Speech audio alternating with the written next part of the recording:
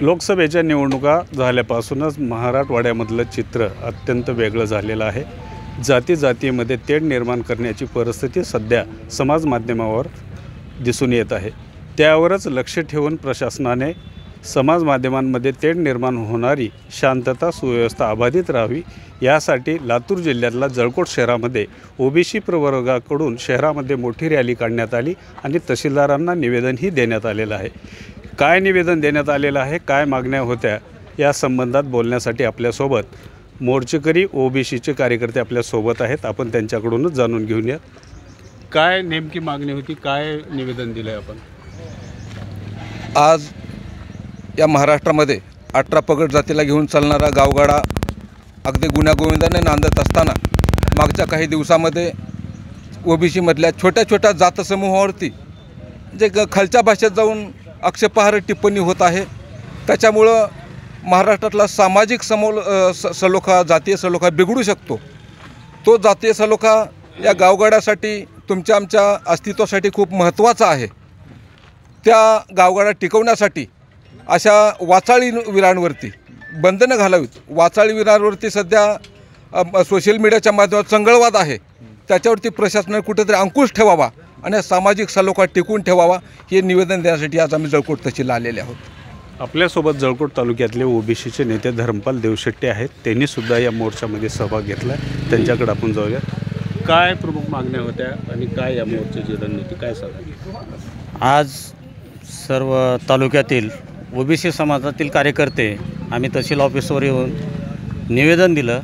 ते निवेदन याच्यासाठी आहे की सोशल मीडियावर जो काही पंकजाताईविषयीचा असेल, आणखी ओबीसी समाजाविषयी असेल, हा जो जातीय तेढ जो निर्माण केला, राजकारण वेगळीकडे चाललं आहे आणि कार्यकर्त्याचा जो विषय चालला आहे, प्रशासनाने तर दखल घेतलेली आहे, पण त्याच्यावर जास्तीत जास्त कठोर कारवाई करावी याच्यासाठी आम्ही प्रशासनाला निवेदन दिलेलं आहे आणि त्याचं प्रशासन दखल घ्यावं।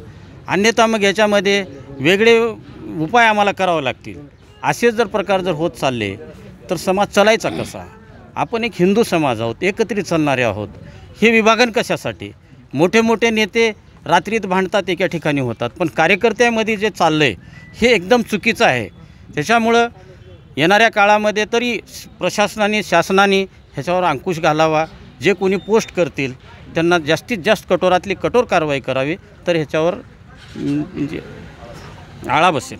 सर्व तरुणांसाठी काय सल्ला असेल आपला? सर्व तरुणांना हेच सांगतोय की कुठल्याही जातीतला असेल, राजकारणाच्या वेळेस राजकारण आहे, पण ह्याला वेगळं जे वळण चाललं आहे, ओबीसी असेल ना मराठा असेल, ह्या तरुणांनी एक दुसऱ्यावर पोस्ट केली किंवा हे केलं म्हणजे फार काही मोठं तुम्ही कमवलं असं नाही आहे।